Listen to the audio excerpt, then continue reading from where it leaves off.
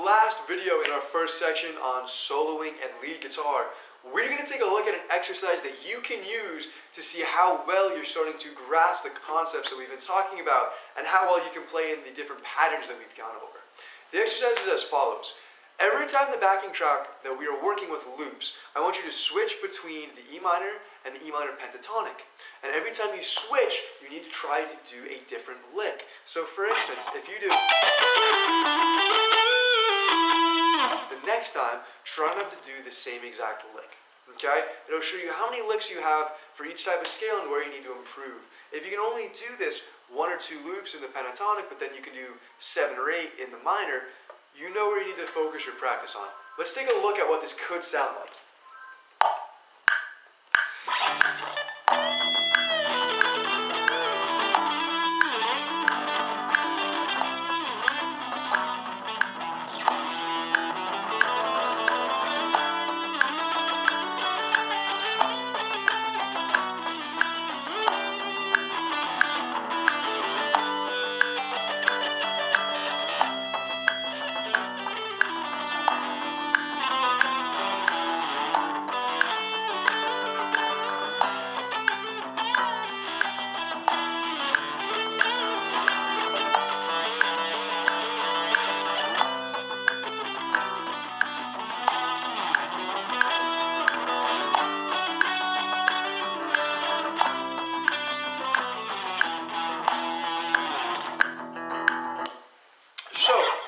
That's what this could sound like a bit as you go on. Just simply changing back and forth.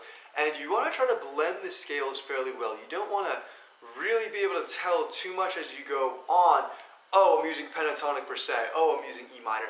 While that's fairly hard to do right now, only having one shape to go up and one shape to go up in the minor and the pentatonic, it's definitely a great test of skill as you go on. It's incredibly hard to, again, strip things back and go back to their bare bones form.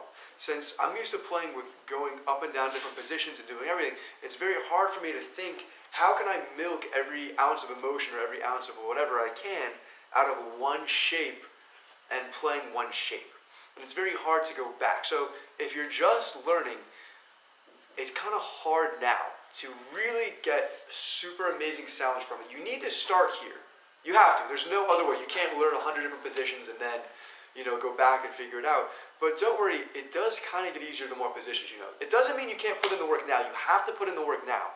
Because if you can't do it in one position, knowing 10 won't help. But if you can get good with one position, then adding more on will exponentially help you get better and make a whole bunch of different sounds and sound much different and much more dynamic in your playing.